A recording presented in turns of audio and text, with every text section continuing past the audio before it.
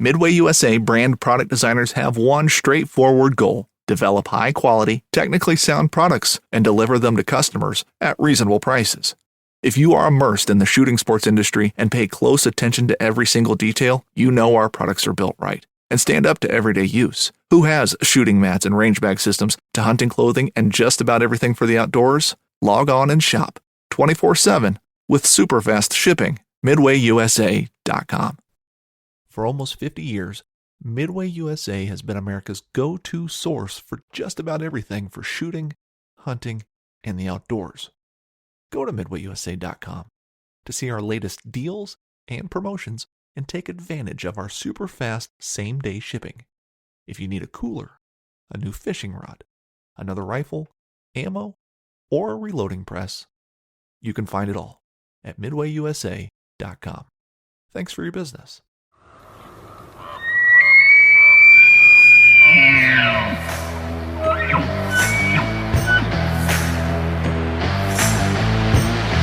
Just be sitting up there jacked with Pepsi. I'm there for the pack out. You just got to pack me in. Committed to the bow early on. Like, I love getting close and putting up. You cover a range of stuff on here too, right? Like, We call this the THP World Headquarters. You know, my grandpa Roy Weatherby. I came into like that golden little pocket where there was like 4 or 5 different bowls. Just You're Canadian? We're doing a Canadian podcast? my name's Douglas Bode. I'm Robbie Denning. Roy Candy. Oh, is that my outside voice again? Can you guys hear me now? Yeah. No, I can't hear you.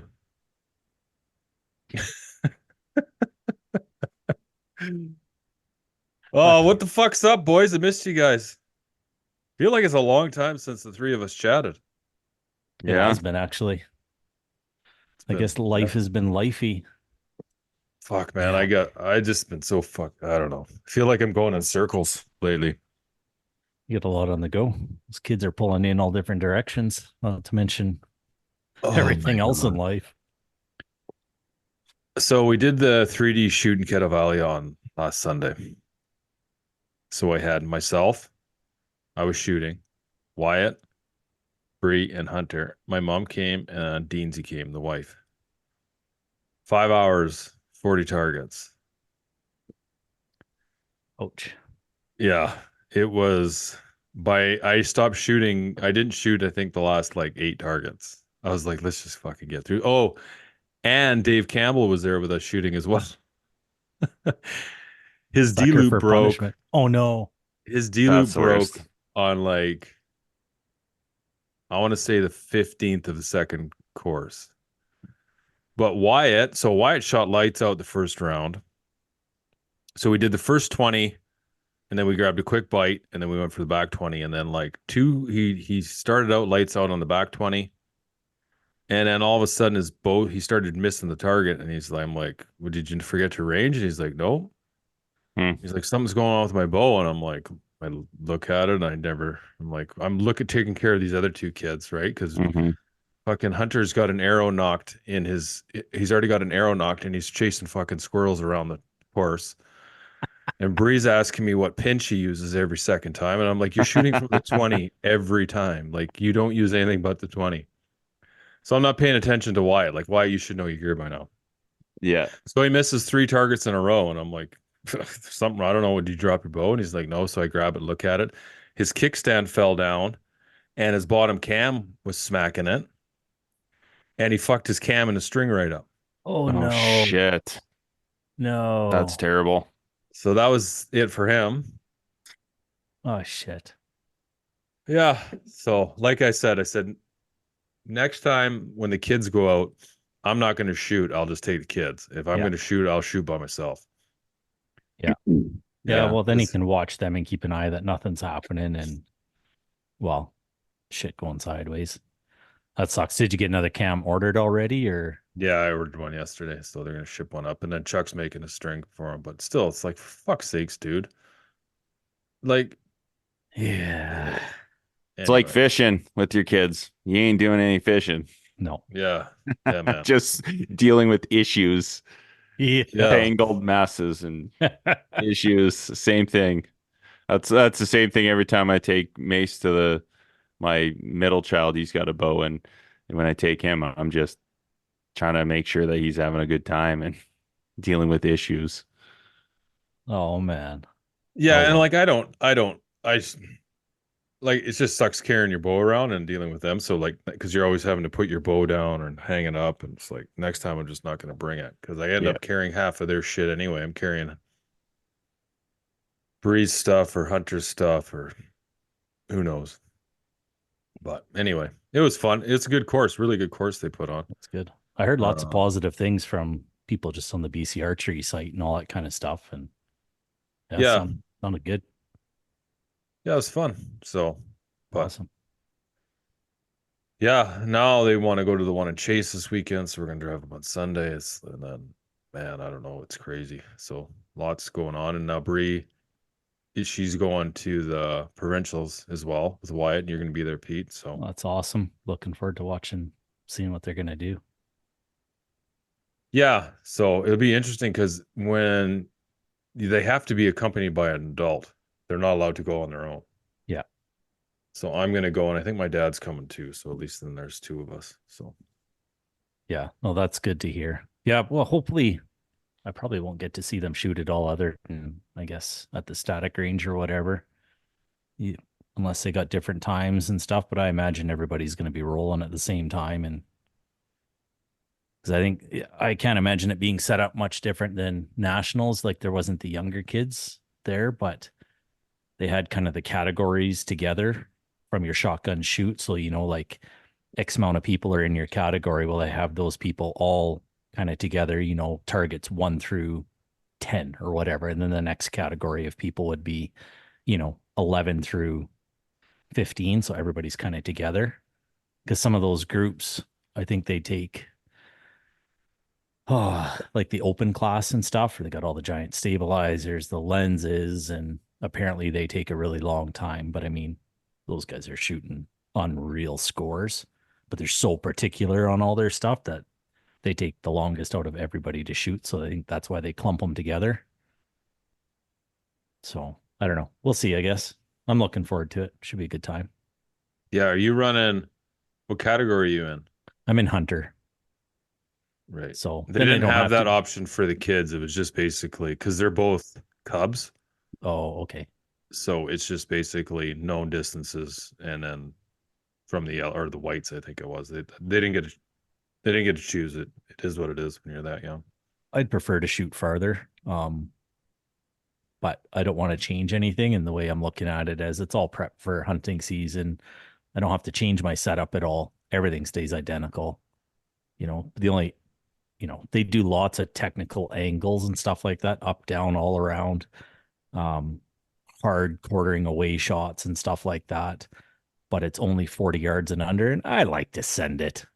Love sending it. Like, let's toss a couple at a hundy and 10 and just for fun, but I get it. Yeah. I get their counted scores, so they gotta keep everything reasonable. It's understandable. Yeah. But it is what it is. It'll be fun no matter what. It's all a good experience. But Yeah, no doubt. We lost your video. Not that it matters. But what's going on there? can you see him, Derek? No. I can see it just conked out. Yeah, it doesn't really matter. But ugly face is an ugly face. there you go. That's whatever. Yeah, that's not my phone, but what's going on? Yeah. Anyway, it should be fun. So lots going on. Thought bear hunting was quite the experience. What did you end up doing? Just bear hunting. You got out? Yeah, we were out bear hunting. So I went out with Muck. Yes. So we were hunting in Manitoba. So funny story here, getting on the plane. So I'm leaving Kelowna and I go to check in my gear, my baggage, and I got my bow case, and she's like, the lady at the front's like, "Is that a rifle?" I said, "No, it's a bow." She's like, "Oh, you're gonna have to do a firearm declaration." And I'm like, "No, it's a compound bow." And she didn't understand. So she called another lady over and she's like, "Can you open it up?" So I open it up. Excuse me. And so my sight is quite a ways off my riser, so I had to slide it all the way in. So I had to loosen the set screw and slide it all the way in so it would fit in the case. and I Yep. didn't tighten the set screw. Not thinking anyone's going to pull it out and fucking start playing with it. Oh, So the lady pulls the Oh, bow man. out and then tips it over, and the slider falls out and hits the floor. Oh, Or no. the sight falls out and hits the floor. I was like, Oh, shit. and she's like, oops. And then she picks up, oh, it's okay. And I'm like, what do No, you know? no, it's not. So That I is didn't not see good. where it hit the floor, but I mean, I could tell something was off because just like we got, I got to Regina, it took a couple hours. Got Mhm. to Regina, and then Muck was working. No, he would work the night before, so he was crashed. So I got a quick hotel room, and then a couple hours later, he came pick me up, and we went and shot at his local archery range. Cool range. Fuck, like ticks in Saskatchewan. I I can't even explain how many Yeah. fucking ticks. We're walking on the grass, and the grass doesn't even cover the insole of my shoes, and I'm covered in ticks up my legs, everything. I'm like, holy fuck. Hmm. Crazy. So anyway, we shoot the bow and I could tell something's off. So I got it shooting good enough. And then yeah, it's crazy. So he takes me on a fucking ride along. So he's like, well, dude, I got to work tonight. I couldn't get the night off. So I'm like, okay, no big deal. I got a hotel. He's like, well, come for a ride along with me. We're in the fucking car 6 minutes and we pull up in like, I'm gonna back up a bit because like I've never been to Regina. And I like Oh, man. and Mhm. like I've never heard anything bad about Regina. And I just envisioned Regina being like this farm town, everyone's hardworking class people, no crime, not a big deal. Like it's not a very big city. Like it's 200, it's not that much bigger than Kelowna population wise. And so like this is my perception of Regina. I'm in the car 6 minutes and we go and we pull up and there's a dead body, overdosed, fentanyl. I'm like, what the fuck? He's like, yeah, get out of the car. And I'm like, what? So there's other cops there and like just now there's a dead body and then they wait for the EMTs and then they get it and he's like, oh, okay, so we're driving around. I'm in the front seat, right? He's showing me all the like how the calls work and all this stuff and then like yeah, it's fucking crazy. I was like, holy shit, man, this is yeah, it's quite the I rem- experience. Regina is like it is hardcore there, man. It's like Yeah. Compton. It's like the Compton of Canada. I remember driving down there. We'd go to Regina to go to the theaters and stuff like that when we lived out there because we were only like an hour, hour and a half straight south of Regina.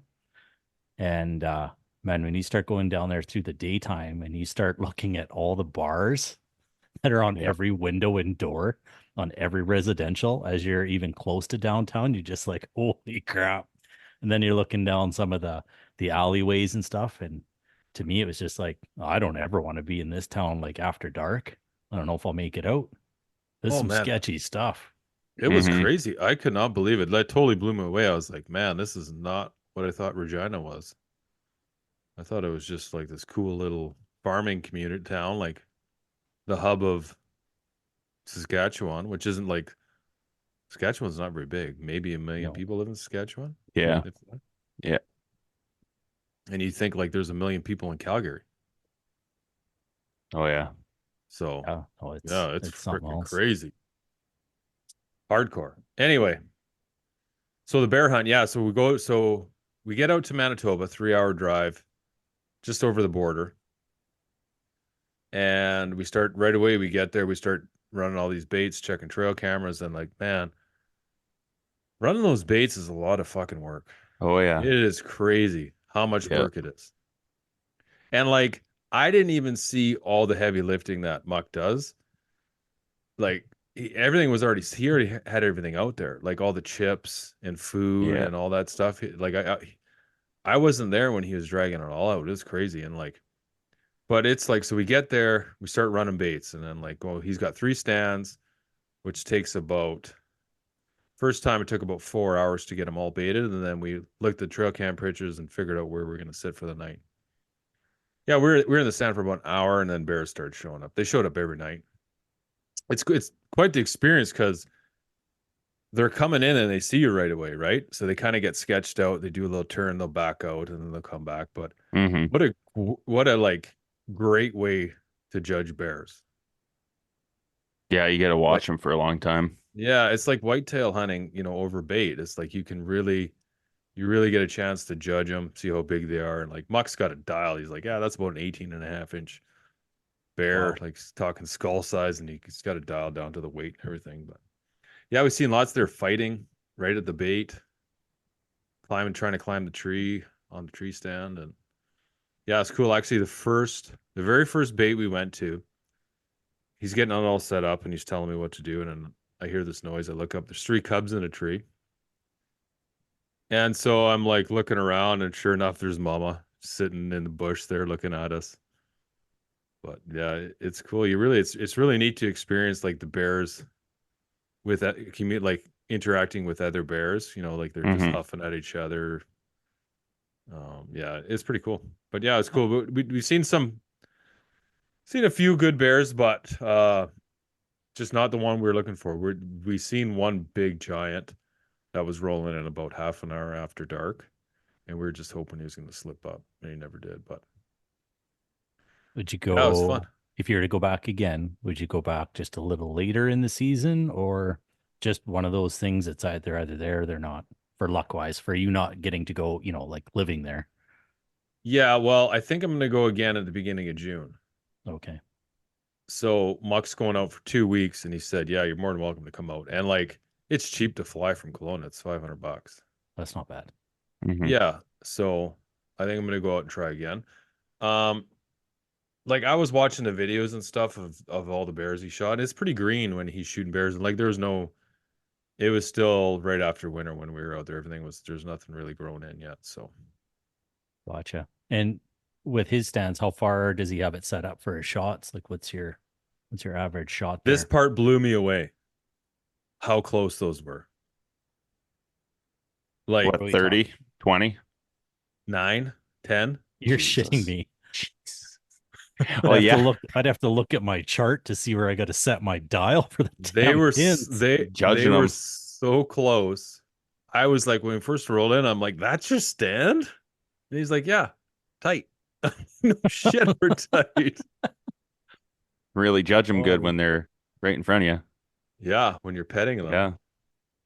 Well, like, and you Good watch, Lord. so it's cool though, because like I went to he sent me the video of when he killed War Pig, and like it's pretty cool. But it's pretty cool. Like he records all those videos, and he's got some pretty good bear hunts. And like I started watching them after I went out there and I set him up. But like he showed me exactly where he killed War Pig and like how many encounters he had with him, and like the trail he was walking down and how we could see him and all this stuff. And yeah, it's quite the story. And like he filled me in when we were sitting there, and like I know he's been on the show, and like he's kind of explained the story a bit about how long he chased that bear. But it doesn't, like when we were out there and he was talking about it and he's actually walking me through everything. Yeah, man, it's pretty crazy how long and how many days he sat. You know what I mean? Like he was sitting for like going out for 10 days and like piss and rain, like holding an umbrella just to keep the rain off, waiting for this bear, and like passing up so many good bears, and like just for that one bear. And then he finally got him, which was awesome. But yeah, pretty cool. Interesting. It's definitely, like I said, it's definitely not what I thought it was. Is basically like you get up at 3 o'clock into the stand till like 6 or 7. Then you come back, have a bite, maybe get like half an hour nap. And then you're just running bait all day, rebaiting, pulling cameras, and then back in the stand till 9 o'clock. And then home, 10 o'clock, sleep, same thing. And it's just like, fuck, it's crazy. And then the evening. Yeah. Yeah. It's something That's else. a tight turnaround. That's not much A sleep. lot of work that goes into it. And like my hat's off to the guy, man. He's got a dial, but fuck, does he ever work hard? And he can only get one bear, and that's a cool thing. He kind of has, so he's got permission with some different landowners and stuff, and he has agreements worked out. Like those bears out there, they're a problem, right? So farmers just want them gone. So they like to harvest, as obviously the farmers would like to harvest more bears, but I think they do a pretty good job taking a handful out there, and they bring family and friends up there, and his cousin Landon. Is there lots of people that head out there, like locals and stuff? Like, did he talk about like No, how much? I don't. How involved is bear hunting out there? with everybody. Well, it's so remote. Like it's just like open, and a massive clump of trees that goes on for hundreds or thousands of acres, and the bears are in there, right? Yeah. Mm-hmm. And then these bushes, all the trees, the forest part, it borders to like the canola fields, and like these bears get into the canola fields and they cost tens of thousands of dollars in damage. And so that's the issue, right? So then the farmers they like you to go in there and hunt because they need to control the population because they'll just decimate a crop. So Crazy. yeah, it's pretty cool. Very cool. What have you been up to, Derek? Shooting my bow every day, lifting weights every day, just trying to really ramp it up. I might go check for a bear here. There's a couple. Oh, I'm gonna go check for snow. It's pretty much cleared up now. A couple of my buddies, my one buddy Nick was going pretty hard there. Might go and link up with him and go have a look. But Going hard for bear. yeah, yeah. He's had a couple close calls, but the southern zones are already closed.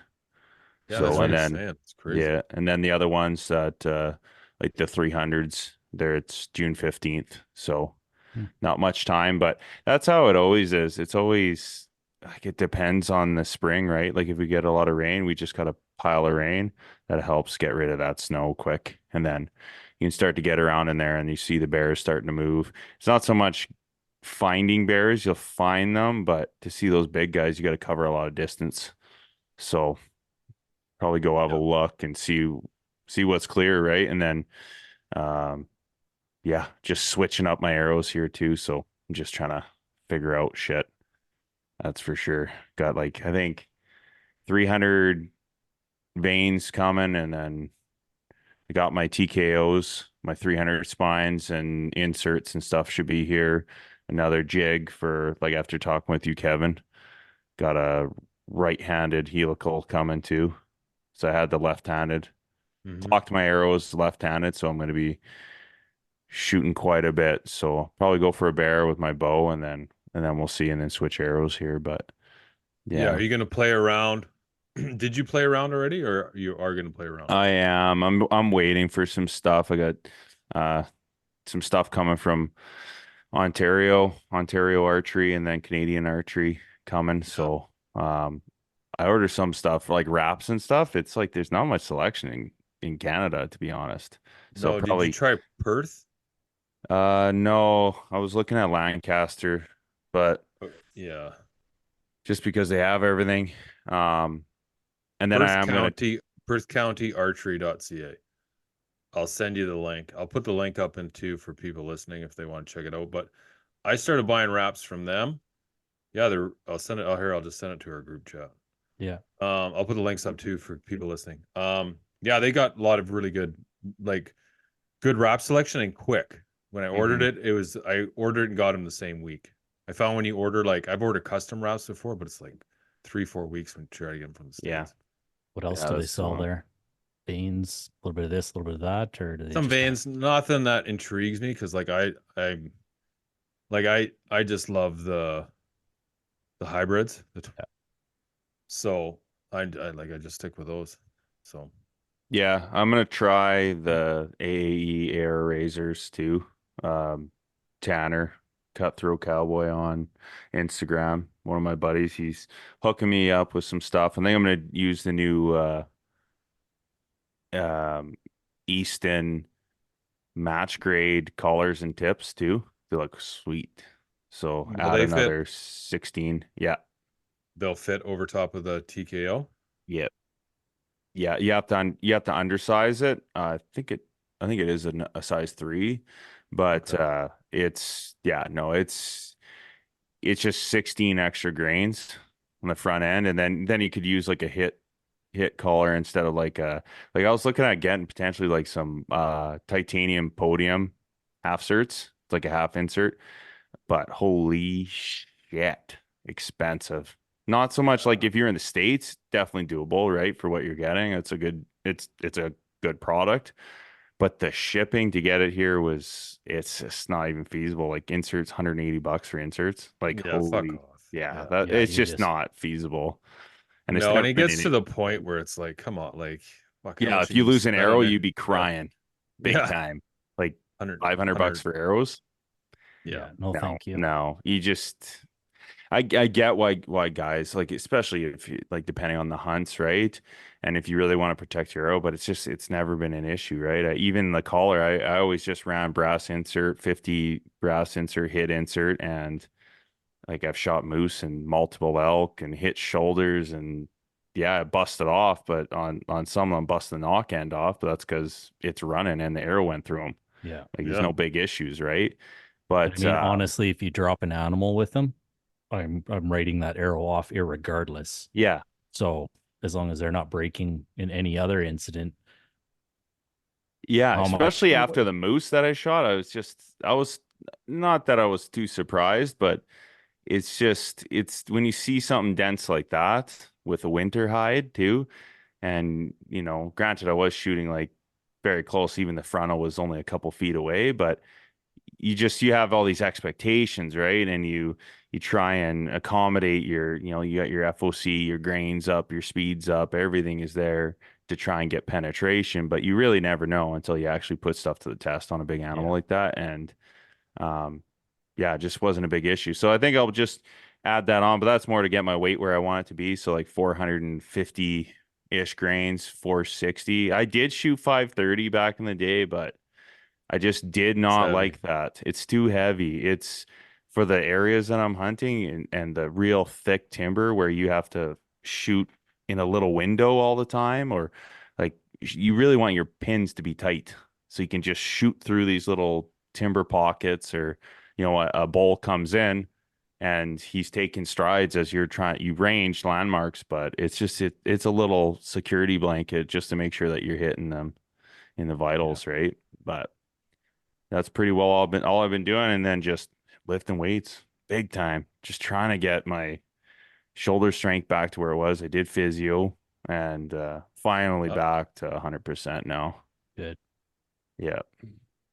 That's That's good. good to hear. Yeah. Yep. What have you been doing, Pete? Screwing around with my arrows, just practicing 3D. Just got to beat you. That's all it's got to.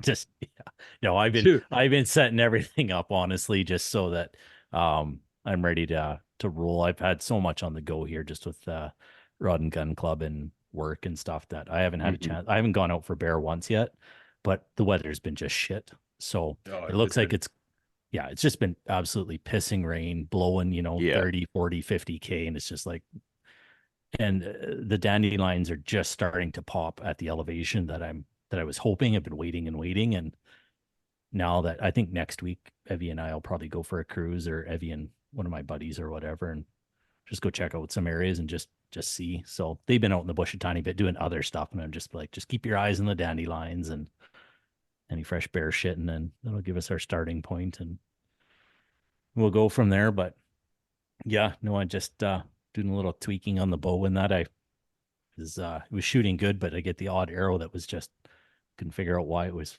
flying, to the left or whatever, and be like, the shot felt so good. Why the hell is it doing that? And shitty arrow. I was getting a little bit of fluff on my rest, and it was just bothering me. It probably wasn't doing anything, but so I took the felt off, and I was like, oh, what the fuck? And I could see, like, what are you talking about? Like the whale tail? The whale tail. So you doing that tune on my bow, like it was shooting fine. It had been wearing out on the left side instead of dead smack center. Like you could see the difference. Well, that's because that's how your rest was. Like your rest wasn't square on your bow. So I swapped that out. I ordered a new one in, and the only thing I was worried about was a tiny bit of height difference in it. It was almost, because it wasn't exactly the same. I got one that was made out of a slightly different material. It's still meant for that sight or that rest, sorry. But it seems to be doing good. So I'm just doing some micro tuning right now. I actually brought some broadheads out tonight. And I got a few shots off. I'm just going to be running the mechanicals for bear right now, so I'm not too worried. But I only had time I was helping other people out, just teaching them some archery stuff out at the range tonight. So I only actually got a couple shots off with my broadheads. But the way that my field points and my my fixed broadheads are hitting, I have to move the rest a tiny bit in the direction that I thought I was going to have to anyway. Like it's all lining up. Like, okay, I just got just a tiny little bump, like not even a line width. Just, it's just not quite 100% there. But I'm not too worried about it right now because, the mechanicals are hitting dead smack center at 60 yards. That's all I care about right now. And then, because I just want to hit up all these archery shoots. I got the Cranbrook one this weekend. And then I don't know if there's one in between, but if there is, I'm going to go to that. And then we got provincials at the very end of June, first week of July long weekend. Mhm. So just trying to get And as then much shooting in. Then for your that. gig going on right after that. Yeah, and then the bighorn. Yeah, bighorn right after that. And then, then it's just summertime plinking away. And I'll probably. So this is how we do. Pretty funny. You're going to like this, Pete. So I'm the guinea pig for 3D now. Oh. So lighted Knox or bright yellow veins, the most fluorescent arrow. I shoot for the kill shot and then tell everybody where to go, and then glass it, and then tell everybody where to go for that after that. Yeah. So Kent and Tim and all of them, they loved it when I was experimenting with the lighted Knox because it would just be like, shoot for the flasher, boys, shoot for the nerd. Mhm. So this year, and it's like just 1 inch high, and like we're running around shooting, and like Dave's loving it, Wyatt's loving it. I'm like, somebody else shoot first, and they're like, no, it's working good. That's exactly what was Mhm. happening to me too. And and not only that, it's like I'm trying to get through these freaking courses, and like, so I walk up, I don't even glide, I just like get a quick range, and I say the range. So Wyatt adjusts his sight, and Dave knows, and then I shoot. I don't even glass. I just shoot like where I'd normally shoot on an animal. And from there, it's like, okay. They look, I'm like, okay, ready to go. 3 inches high to the right for my arrow or whatever, right? But like if it didn't do it, like, so then we were doing, I'd shoot first, and then Wyatt or Dave would shoot, right? And then we have to go up to the yellow stakes, and then Hunter and Bree would shoot. But like, man, it's like you start going like 10, 15 minutes around like a target. It's like, holy fuck. It's painful. You're trying to do anything you can to speed it up. Now, did Wyatt and Dave happen to notice? This is one thing the other guys noticed shooting with me when I had those. If I didn't quite shoot it where I wanted, yes, they had a landmark, but they all told me because of the flashy freaking light, it ended up they just Pulling felt them like in. they pulling them toward my arrow. They do that all the time, and I'm like, why are you following my arrow? I said high left or 3 inches high or whatever. Drawn into it. Yeah.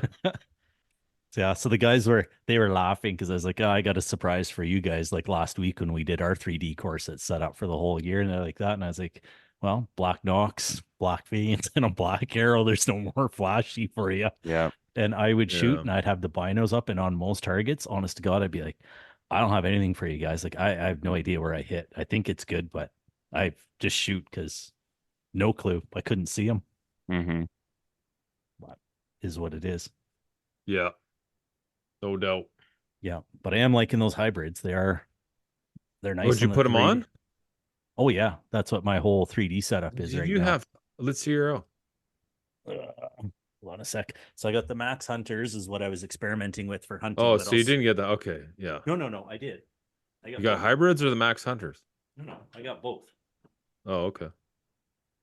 So I wanted to experiment with the Max Hunters because I didn't know if I was going to have clearance issues.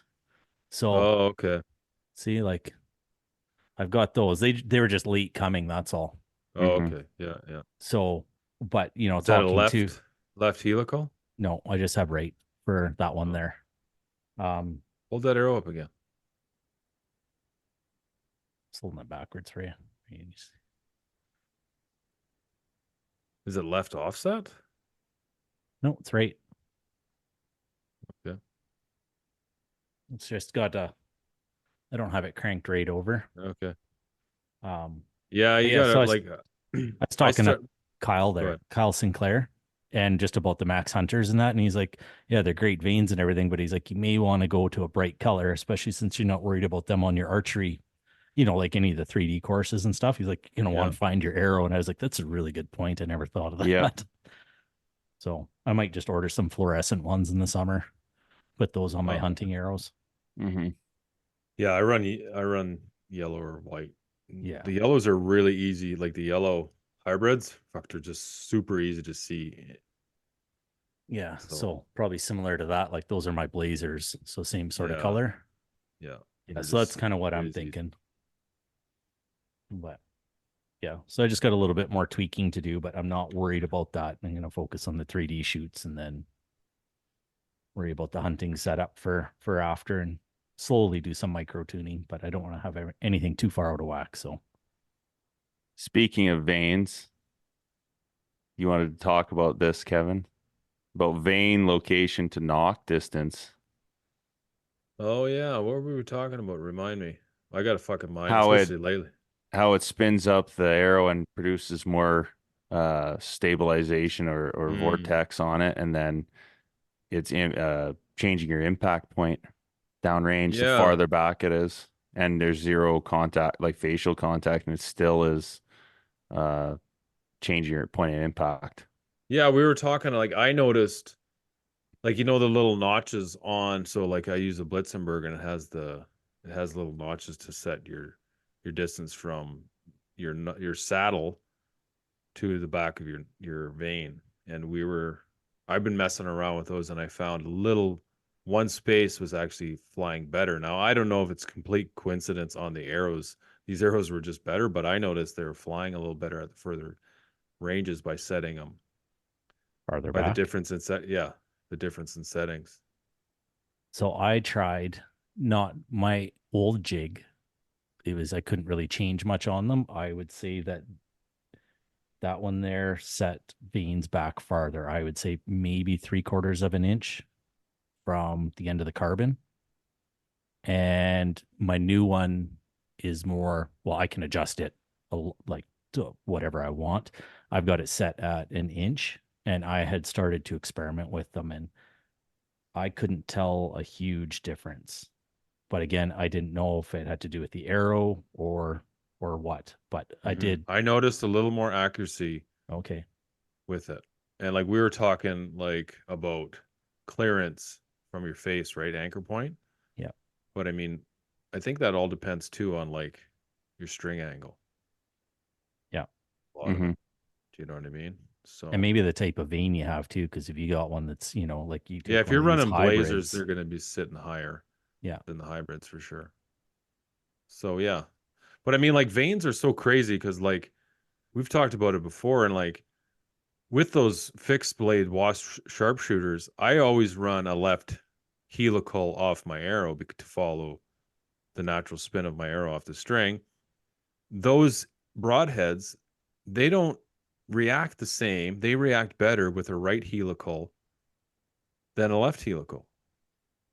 I've mentioned it on the show before, and it's like, yeah, it's just we weren't sure if it's like the way they've cut, but like I've played around with so many different like Have you so noticed many any different like a burr if maybe they finish their sharpening process on one side and they favor another, and that creates a Well, and burr or that's bevel, yeah, and right? like Pete and I've talked about that before, and it's like, maybe they're just cut that way, or maybe the arrows like the broadheads spinning too much out of the, just the way it's Causes spinning. destabilization, yeah.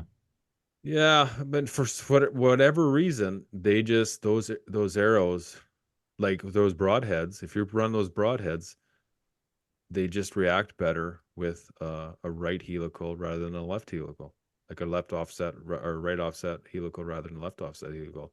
And like when you're running like the Grim Reapers, it makes no difference, right? It is what it is. And No. I always just kind of match the natural spin of the arrow off the string, which is left.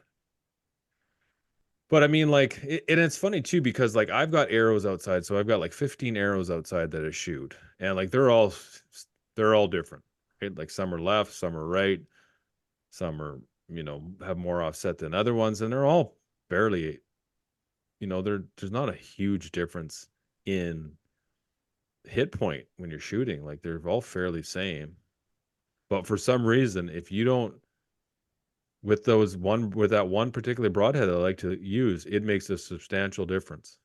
Mm-hmm. Interesting. Yeah, super crazy. I can We've often totally talked about We've often talked about getting somebody like a manufacturer on the show to talk about that, but Yeah. And I could totally see it on like a single bevel broadhead. yeah, Like, and okay, these they're aren't. cut to spin a certain way. I totally could understand. You don't have to explain it to me. Just, okay, they're cut this way. They're going to spin. It makes total sense. But yeah, if they got double bevel, then you would think that they would go both ways equally. Yeah, Maybe it is stationary for longer, and then if it has a natural left-handed twist, and then you're actually spinning it right-handed, it stays stable for long enough for that harmonic whip of the arrow to stabilize, and maybe that's enough to stabilize the broadhead. Because I've had similar things where, yes, that's why I only shoot the if I am going to shoot a fixed blade, it's the Micro Hades Grim Reapers, because they shoot like just as good as my field points almost. It's crazy. Like really? like obviously the wind, like if it's really windy, Yeah. I notice it, but like my bow is lights What out. are those called? Micro Hades, Grim Reaper Micro Hades. How big's the cut? Actually, It's pretty small. Yeah. I can't remember what it exactly was. I think it was like oh, well, yeah. and that's the thing. I usually would use the razor cut 1 3/8. Mhm. Yeah, but these ones are 11/16.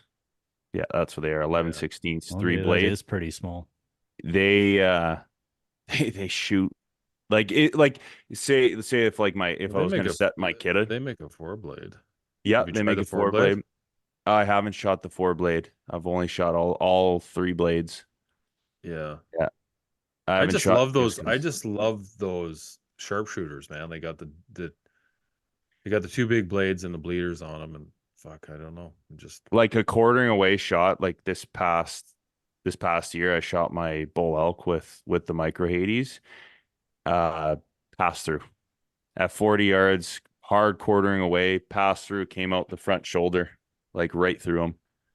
That's Wow. impressive. Yeah, yeah. A single would have been just came out just behind the scap, and then he snapped off right at the knock as he jumped forward. But very impressive as far as penetration, like especially if you're running maybe a little bit less draw weight and draw length. Definitely would go for that, because there isn't a shot that I wouldn't be confident taking. Like obviously really hard quartering away. If you hit the guts with those mechanicals, it's kind of, I'll usually just be patient, just pass the shot and wait. But it's they're long range. The only drag I seen like was probably at about 100 yards. You'd have to zero in your tape because it just has a little bit of drag, but we're talking like it's only like less than 6-7 inches worth of difference from my field points, which is for fixed blade impressive. Very, very impressive. Best flying broadhead I've ever shot as far as fixed I blade. love the Grim Reaper shit. And Those how, Yeah. Kevin, those ones that you use, the wasps, your fixed blade, Yeah. how big's the cut on that? Approximately just over an inch or inch and a. Like total cut, inch Well, each side. I'm just curious how wide the broadhead is. Well, let's check it out. I know I'll they look it always, up right now. sometimes I'm confused at some of them when they say this, but they're adding up, every single blade. No, Yeah, I just want to that's know what how they do. wide it is. I want the, I Well, want when the they Yeah, size of the hole. diameter cut, not, but that is a good point too, right? Like that's something I did consider with a 4 blade. It's all about cutting surface area, right? Yeah. Like it's not just the cutting diameter, it's cutting surface area, because you are doing a lot more damage. Like, yeah, everyone makes like, oh, they compare it to like either the worst or the best. But if you look at your amount, and to like uh the thing that I always focus on is what's the blade angle? How swept back is it? Because if it's really broad, like true cars and stuff like that, that takes a lot more energy. You're going to dump a lot of energy on impact. And that's the thing, right? Like if you look at how swept back your angle of, that's why those Valkyries are so crazy. But again, I don't know how much surface area, like you look at your diameter cut, it's very narrow. Yeah. So on a marginal shot, that might not bail you out. That was my only concern with those micro Hades, is because going from those mechanicals that I shoot the razor cuts, I've never, and this is the crazy part, I've never not had a pass through on elk and mule deer, and like even the moose I shot with it, it was pass throughs. Like obviously you're being selective with shots and shot placement and stuff, but it's because it has a swept back design, and that's why like going to like even like a 1.75 inch or 2 inch, like no, it's the 1 3/8, and when the blades are yeah. Oh yeah. Yeah. That's Yeah, what do you you see mean. these, Pete? Yeah. Yeah. Yeah, they're like For penetration, it's crazy. Those things just shoot through anything. It's they look wild. Like like they you shoot an elk and they don't even really know what's going on. well, and that's kind of the like obviously when you get into too much, like when you have too much cut, if you're talking about like cut diameter and stuff, then you're going to have more stuff that's going to affect your arrow as it's flying through the air, right? And so when you get Mm-hmm. cut down on, when the blade size is cut down, I mean, it's going to fly true. Like you're going to have Yeah. less, Like less. those iron wills and like the big stuff, like Oh, fuck this. My brother shoots tooth this. of the arrow and stuff. Like I mean, for certain stuff, okay, but like where I hunt, it's so windy. Like that's Yeah. to me, that is not even an option, because like I've had arrows go sideways, shooting at mule deer. You know what I mean? Like Yeah. and these aren't crazy shots either. Like you're like, yeah, the wind is there. It helps you get in close on a stalk, but it's like I can't shoot those big broadheads. It's just not even possible. So if it's anything other than this, like it's just not going to work for my scenario. So I've never even looked at those. Well, you think about those too, and I mean, your bow should be tuned irregardless. But a big surface like that is going Yeah. to multiply any bad stuff happening with your form or your Yeah. bow, like Well, big time. yeah, and I think like Derek said, I think it's shot like hunt specific because like where I was just hunting bears, it didn't make no fucking difference. Yeah. You could have had a piece of paper on the end, like a sheet of metal on the end of your arrow. You're shooting 9 yards. It ain't gonna make no fucking difference, Yeah. right? I don't Like even know why that you brought target's your pretty. bow. Just make a 9-yard fucking spear and just stick it in them. Oh, don't Well, go down that road again. Oh, yeah. Weird conversation. Yeah, we were talking about that. Josh already tried that. It didn't work out. So. Yeah. Well, it worked Yeah. out. He just posted it. Oh, And yeah. that part didn't work out. Yeah, people got their panties in a bunch, which is ridiculous. Yeah, It is no. funny though, like you are saying though, it would amplify any issues you have with your launcher, any issues you have with your front rest, like if there's any misalignment. Well, anything, wind and anything. Like Yeah. that's the thing is like when you get into the bigger cut diameter Yeah. on a fixed blade, there's a lot more things that can impact your arrow flight. Yeah, definitely. I think it was actually really fascinating. I was watching this video. I think it was Brandon McDonald did a YouTube video, and it was showing how the difference of your rest position with a field point doesn't impact your actual downrange that much versus if your tune of your front rest is way out of whack, say far to the left, because your vanes will steer right away, right? And correct that.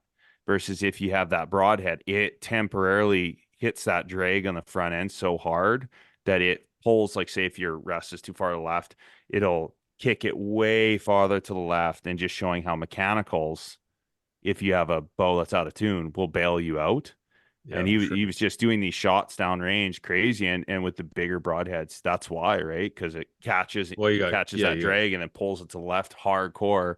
Well, and you essentially have counter steer right now because you got exactly. one steering one way and the other steering the other way. Yeah. Yeah. Another that's thing, kind of what. Go ahead. Another thing I was reading about is just like the impact on max helical and parachuting, and its effects on arrows depending on your overall weight. Mm-hmm. So like if you're at like 450 or into the 500s, you won't experience parachuting as Just because much. it's pushing so hard. Yeah. Yeah, and with high FOC too. So your Well, and FOC because will, you're allowing and you're getting max spin, right? yeah, versus your lighter weight arrows getting a max helical will potentially impact that further and further because you don't have that inertia pushing it forward, right? And you're likely to have a lower FOC. So that was kind of an interesting thing I was reading about, just the impact of, so say if you're like a 460 grain total weight with like 15%, 14% FOC, if you did max helical, it's probably not going to affect you that much versus like for parachuting versus if you're down in like the low 400s, you're probably going to see that parachuting effect. Yeah. At At long range. what percentage of like offset? It's like I think they're like a 6-7 degree Oh, offset, fuck, like a lot. massive, Oh, like that's huge. like How the those hell do you easy get that Fletchers, those easy Fletcher, Arizona easy Fletchers, like Yeah. those ones, like the max, true max helical, where it's like you look at the back and it's just complete drag. That's what they're talking about, and versus like a straight Fletch offset 2 degree, and just seeing like how that impacts flight downrange. So the heavier you are, the less impact. The lighter you Interesting. are, the more impact. Which, yeah, it's fascinating, right? Because, you look at, that's kind of the craze, is a lot of people are going towards that max helical jigs because they're handy, they're easy to fletch up versus like a Bitzenberger. Can you adjust those at all so they're not max helical, or are they like set in stone? They're set unless you did like the I think there's some other jigs that are like the cauldron jigs. They have snap in inserts that are like 2 degree, 3 degree, yeah. I pretty was gonna say, handy. because on some of the smaller arrows, smaller diameter arrows, that'd be hard to get a good Yeah. surface glue on there. Like I just look at mine and Well, it just depends with a on the little bit length of your vein too, because it is the Yeah. the harder you go with a helical or spin, the more the you're harder wrapping it it is to around. get your Yeah. vein to stick to your arrow with, like, even you notice it with a 5 mil. Yeah. Like if you're offset too much, it doesn't stick. It just doesn't glue as good. Yeah. That's crazy. It's just interesting. Something I was reading about. And I think Ranch Fairy did some stuff on that because he's into like the 600 grain stuff. And they were just showing its effect. And the heavier you went, the less effect it had. That's a lot, 600 grains. Holy Yeah. fuck. Oh, yeah. Yeah, it's slow. Yeah. Even That's a man's arrow. Surprised you ain't running those, Pete. well, maybe I'll just have to beef mine up a little bit. Order some more weights in right. I got some weights right here. Just fill it 700. with lead or something. Yeah, I'll just throw it. I don't even need my bow. No, I think I actually just weighed mine with these hybrids on them now, and that was the thing. I was just because they're just off a little bit, the Max Hunters and these ones, and I think now I'm sitting at around, if I remember right, 509 or 510. You ever weigh? Do you ever weigh? You guys ever weigh your field tips? Yeah. And your broadheads? Oh, yeah. Yeah. Yep. You notice they're the always difference? off. Yep. Fucking, like, the shitty thing is though, that affects your sight tape. Yep. Massive. Yeah, no, I'm a psycho about this because I like my reloading stuff. I have It's two such a scales but that like, you can and measure diamonds on, and they're Yeah. pharmaceutical grade like scales for like Yeah. reloading. So it's just kind of, that's the thing. You match everything. Yeah. Yeah, And but they're it's like, always how out. what are you gonna do though? Like, you grind can't. off the heaviest and match them all to the lightest, and then I'll batch them to the heaviest and the mean. I'll create like a table. I'll do like the min, the max, and then the average, and then do Yeah. the twos. I and get then them as close as I can, but it's like, That's fuck, within man. one grain. Yeah, I separate them. If there's a couple that are like a grain high or a grain low Yeah. or whatever, and I'll kind of have three Yeah. piles, and I'll be like, all right, wow, and same with the veins too. I just Yeah. grab 4 veins or whatever, throw them on the scale, and be like, okay, this arrow's a little light. I'll throw the heavier head on it, just to make up that 1 grain Yeah. or something to try. I don't know, Well, it's gonna throw. Then you're dealing with different FOC if you're Yeah. running. but I we're mean, talking fuck. like a grain different. We're not talking. I know. I mean, much. that's the thing, is like, you can get going At that point, fucking way I'm too sorry. far. Just shoot your damn bow. The Yeah. Boeing ones are those tips. The match grade ones are 100% exactly like 125 grains or 100 grains. That's great. Really? So can you find the broadheads that are exactly that? No. Or like, Because field they tips. sharpen 'em. Try to. Yeah. That's Well, what and it like- is. Mhm. Has to be. It has to be because like if they're sharpened by a person, especially, Oh yeah. there's variation. That's why I swear to God, that's got to be what it is. Because you like Grim Reaper, I love them, but what are you doing with your fixed blade broadheads? Like they match together, but they're always light. And if you're like setting up everything off of your field points, that's why it's like buy your broadheads ahead of time. So then you can adjust your field points and get everything practiced and trued up. Because if you wait too long, you're gonna be screwing around with your sight tape. Well, Right. even like I noticed, so like throw 100 grain front end on, like 100 grain tip, and then like Yeah. you're shooting like the 17 tape, say on the spot hog, and then all of a sudden you throw your broadhead in. Yeah. And at 62, 63, like you get up to, you know, anything over 60, and all of a sudden you're off and you're like noticeably, and it's like, fuck, man. And now you're down to, now you're switching tapes, right? Yeah. It's like, Yeah. And that's the thing. Like it kind of can work itself out, I feel like, because it catches drag. So if there's later, they catch the drag and it kind of, but it's in my head. And then as soon as you have that in your head, then you got your excuse. yeah. I'm I don't want I'm just that. sending arrows at a certain point. Well, like what I figure is it's better to be accurate at the further distances, because especially like for a fixed blade, if it's off 2 tapes, then put that tape on, and if it's as you get closer, it's going to get, you know, the margin it's going to error is get gonna trued up. Yeah. Yeah. And like realistically, you know, if you're hunting, you got a big target. We're not talking about shooting at, you know, we're not talking shooting 3D or shooting target. You're not shooting X's. No, and like animals are always moving, you know, even when they're not, they are, you know what I mean? Like they hear something, they move, even if it's half an inch. So it's like, you know. And that's the funny thing. Like that's why I'm switching my arrows, is because I want to optimize setup for hunting. And being honest with myself, I've never shot an animal past 40 yards. It's always in that 40 or closer. Like, yeah, everyone wants to romanticize throwing long bombs. Definitely is a Well, I think you possibility. have to be a better hunter to get closer. Yeah. Because that's why I always shoot my animals further. Because I'm just shitty at getting close to them.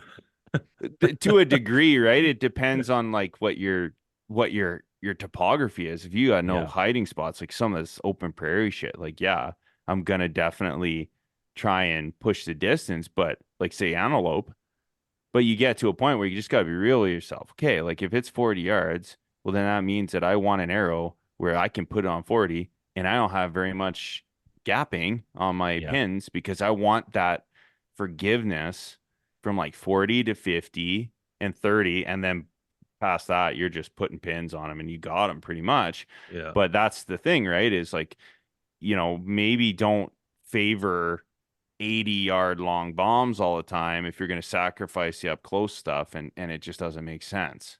Well, I definitely noticed with this new weight on these arrows, like I can you got new arrows too?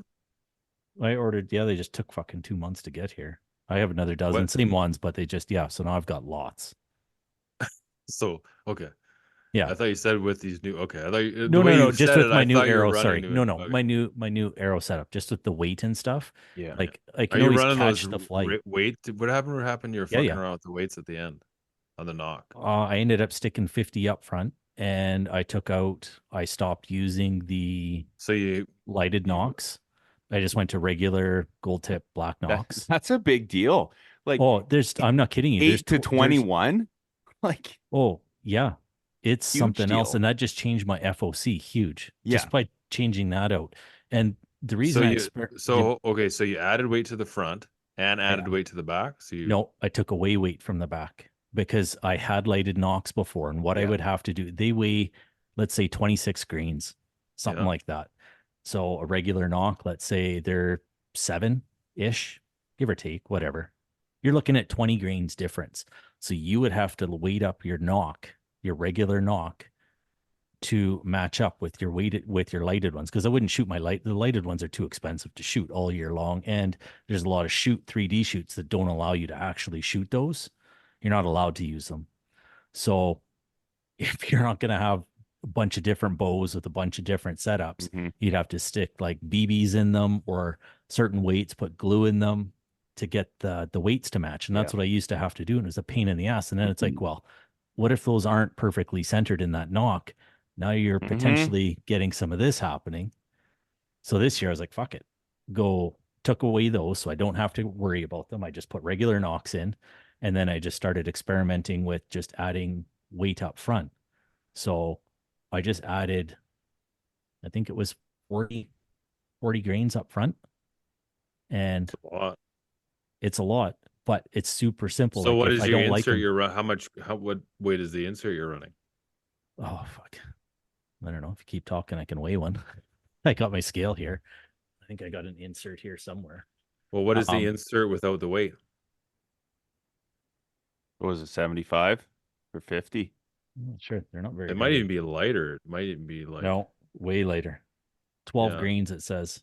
Yeah, I think they're light, and then you added the weight to them. Yeah, and then well, I probably can't see very Yeah. well. Yeah, they're all They're like And they framed screw there. them they're just in. Yeah. they're just So then- aluminum. Yeah, which is handy for when you want to screw around because you can get them in 10s, 20s, and 50s. So you can, like next year, if I don't like how these are, like I'm going to stick with this. But if I don't like them, well, I just unscrew them. But literally, that's all. That's all Oh, it yeah. is. Yeah. And And you it's come got a in from long the Allen backside. Yeah. Yep. And you just screw them in, and then. So you got a long tool that you use, or do you just get? Oh, I got can a you long reach it with tool those that I use. See, look at that. That's fucking long, eh? Bullshit. You probably have room on all sides of that arrow. Oh yeah, I didn't say it was very big around. I just said it's long. But yeah, that's just a freaking long Allen key that you have to get from them. But it is what it is. I mean, it's not like everybody has to have one. If you have one, and you got a couple. You ever try those arrows, Derek? No, it's all been Easton, FMJs, Yeah. Axis. I ran those arrows did for a little bit. I vapes. ended up giving them to my brother. Yeah. Mine's always been Easton or Victory, and I fucked Yeah. around. I mean, obviously with other stuff, but I shot the VAPs and my turbo would shoot them right through 3D targets. It was the most infuriating shit.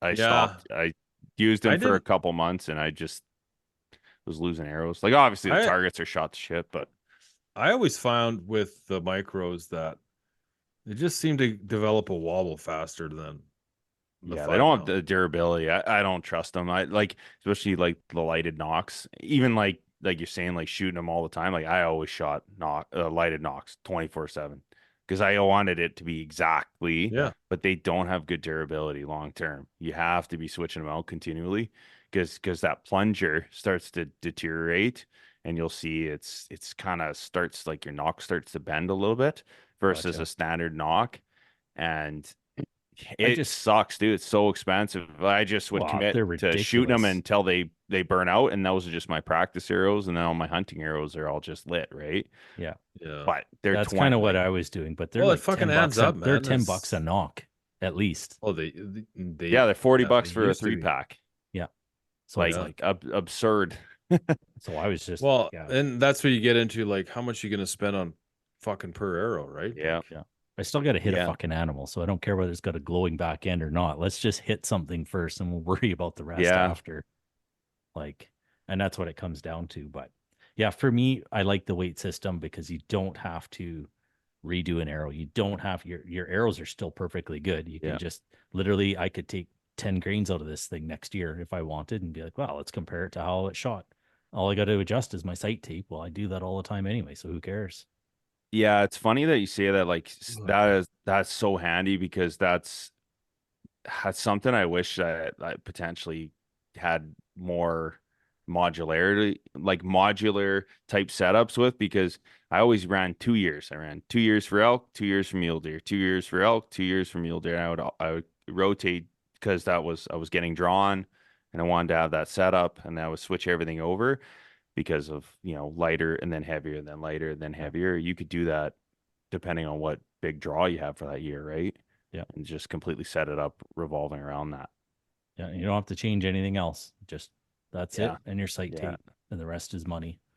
So that's why I like it. And if I don't know, so far I like it. These things are grouping super nice. We'll see what happens. Maybe next year I drop 10 grains and just try it at the beginning of the year. But right now I can't complain. I'm loving them.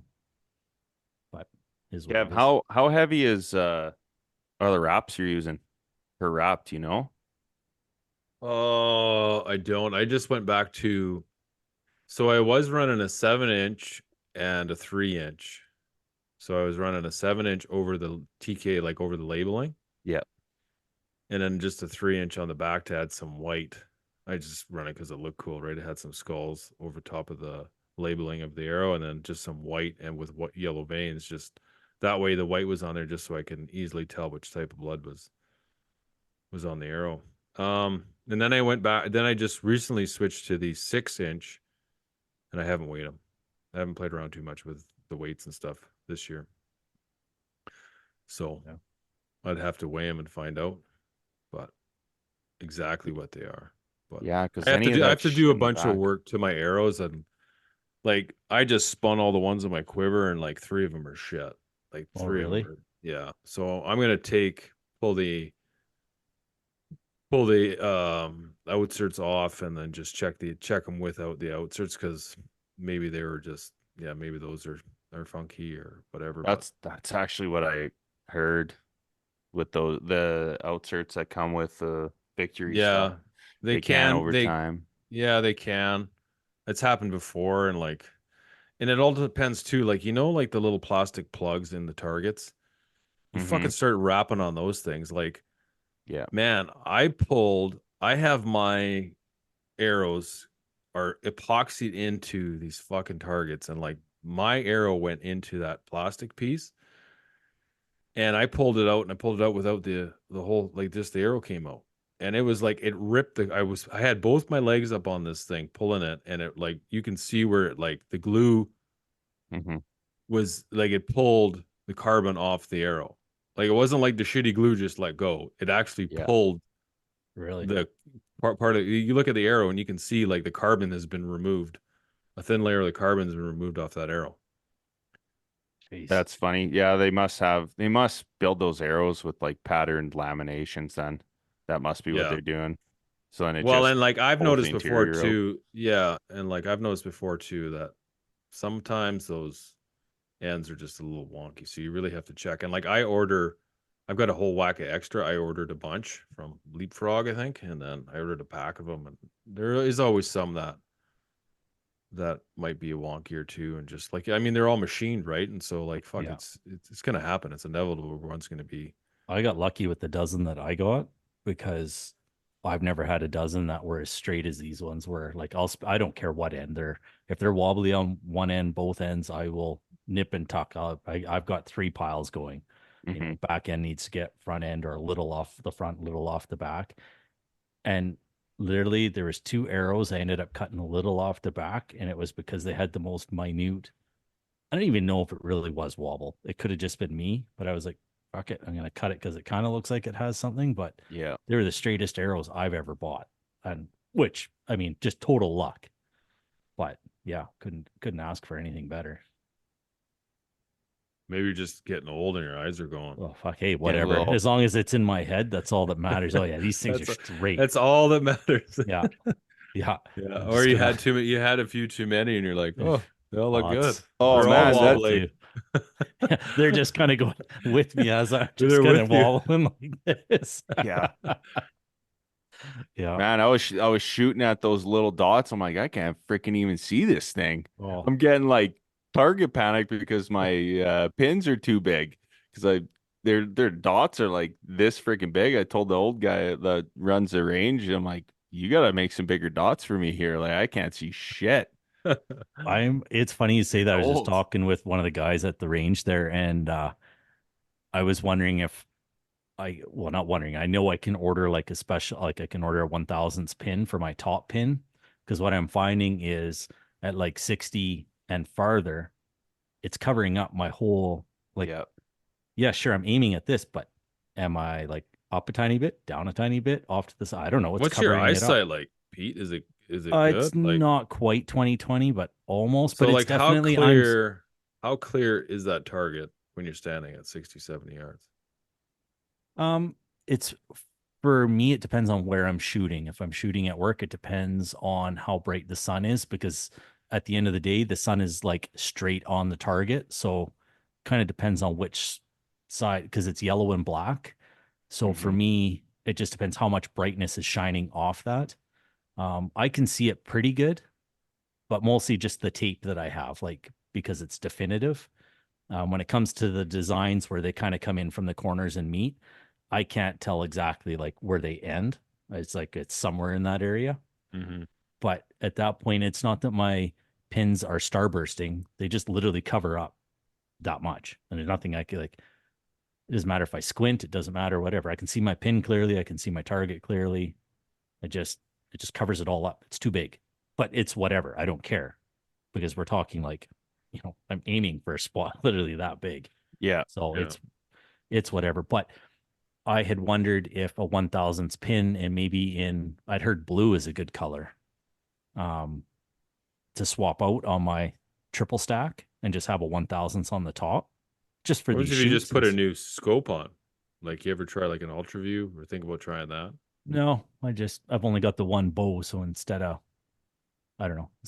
switching out a whole sight or whatever, How many Well, you pins do you just run?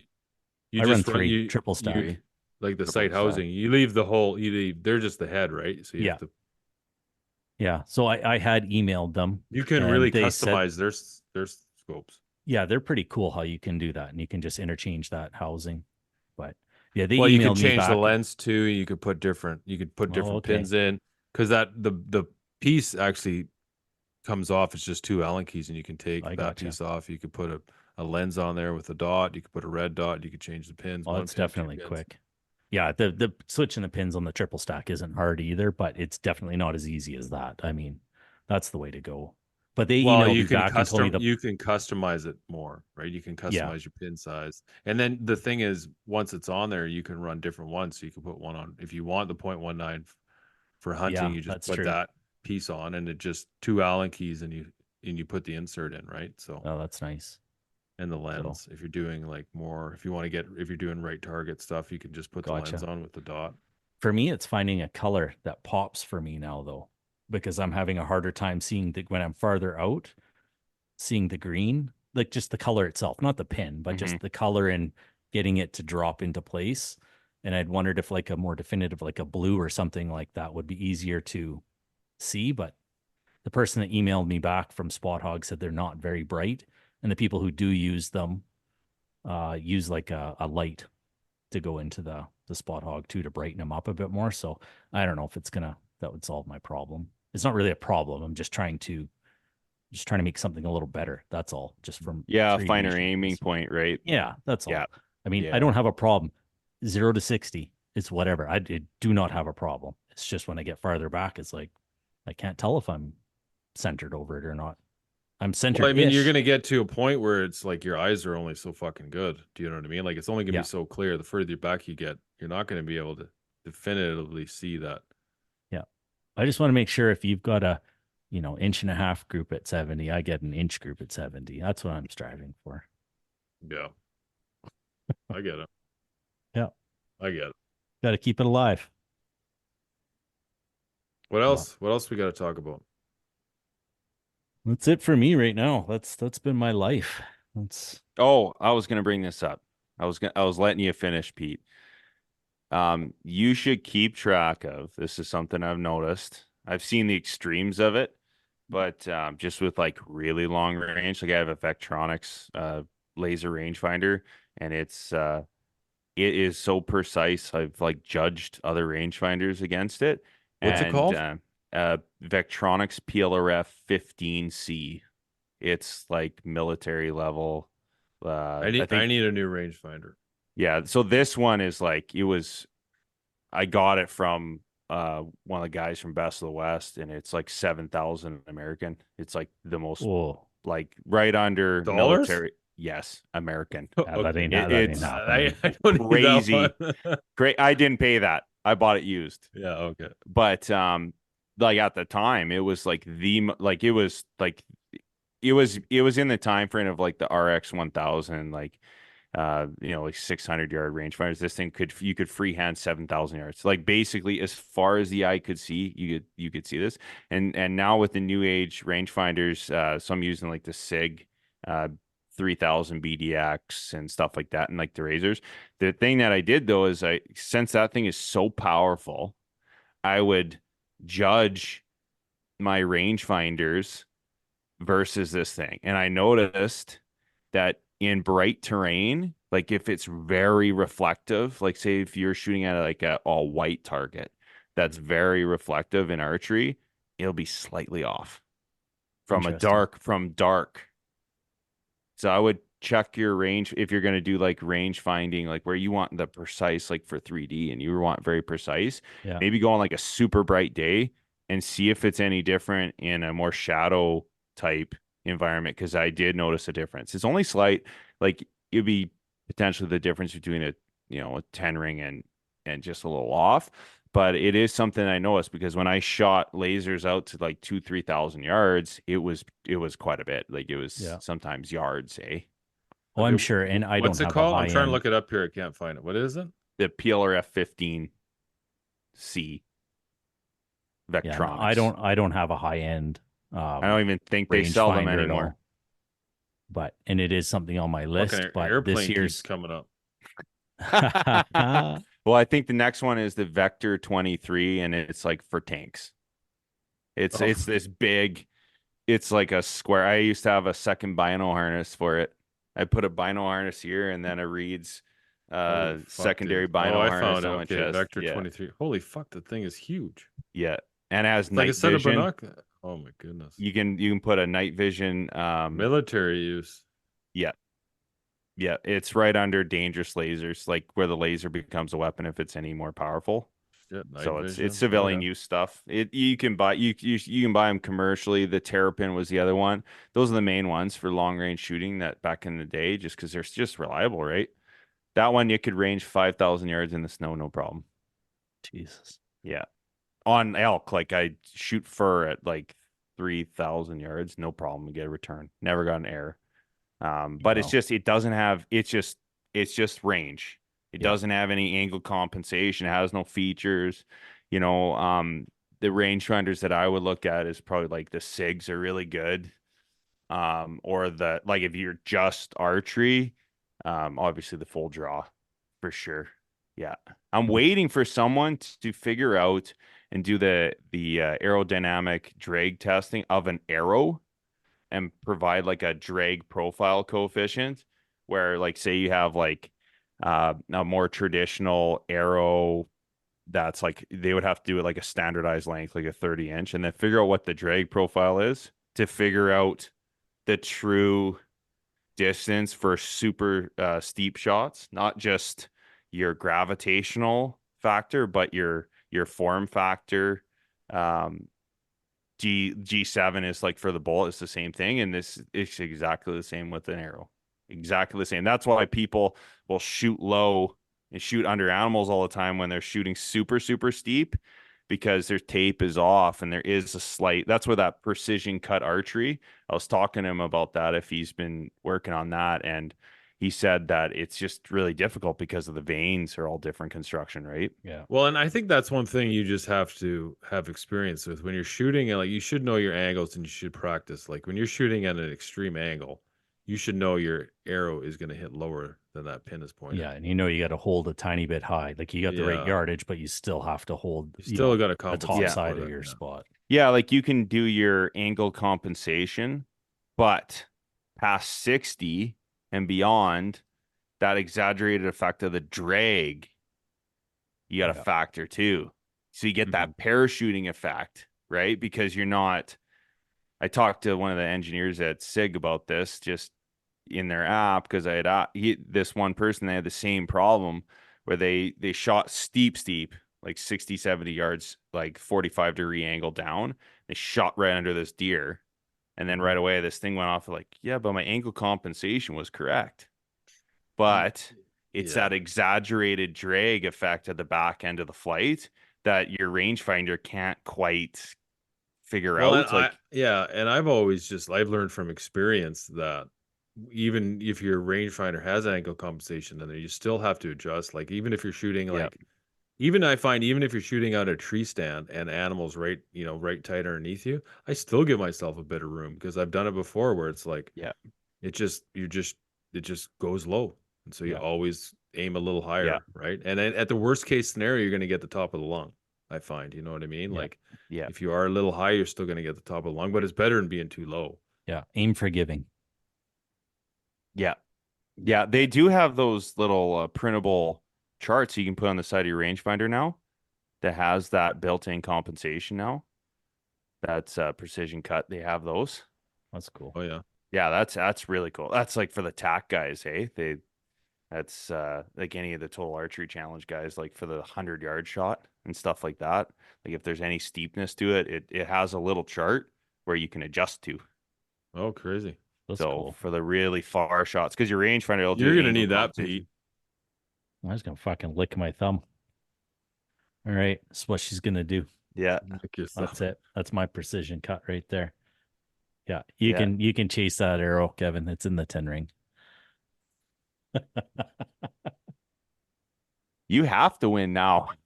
All I the have to. smack talk's been going on for a Hey, year. This has been going on for the last couple of years, and Yeah. if I Dude. don't do it, he's gonna do it. So I have to. It's whatever. It's all or nothing. We'll see how it goes, Whatever. man. I might not even fucking shoot with these fucking kids I got to drag around. Well, I'll make you a Do you deal. hear the You can take excuses my, right now? you can take my 3 kids for a round. Well, I might walk around with them. We'll see. I got a lot of shit on the go there. Mhm. You know, Now- making it roll. We'll go Yeah. shoot together. We'll make sure that happens. No, like I said, I'm not going to shoot anymore with my kids. So if they're doing it, I have to walk with them and then do it the other time, just because, like, holy Yeah. fuck, like we have to limit. Like this year, like they all want to go in all 3, like they want to go and do all the targets. And last year, so Jim and I You took a while to do that first round. You were telling me, we did 15 targets and it took us like 3 hours. and it takes everybody else like an hour and 15. Not or something. even.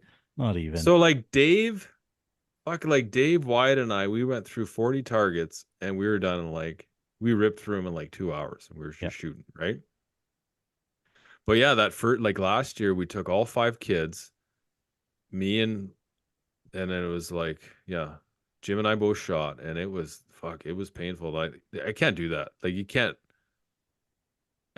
do that. Now it's getting even worse, right? Because now they're getting a little competitive, right? And like Yeah. every time Bree goes up, she wants to put her binoculars on it. Wyatt's got to do the same thing, and it's like Yeah. it's a process. And it's like just shoot the fucking arrow, Mhm.